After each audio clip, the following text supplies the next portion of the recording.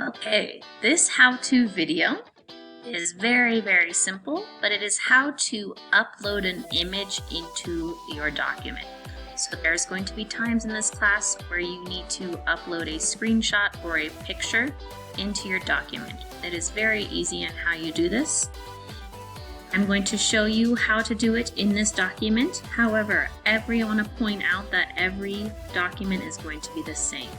So when you're on the page, you click the cursor where you want it to be, and you're going to come up on the top bar and you're going to find this image. It says Insert Image. When you click on this Insert Image, you can upload it from a file that you saved on your computer. So you're going to use this upload from computer if you do a screenshot. If I clicked on this, in your computer, you should have already in pictures a thing that's called screenshots. It saves automatically all of your screenshots. So I can upload an image of a screenshot into my document. You can also make it bigger or smaller. Another way you can add the image is if you're looking for a stock image, you can go to this Insert Image. And you can go from the web. So you can just type in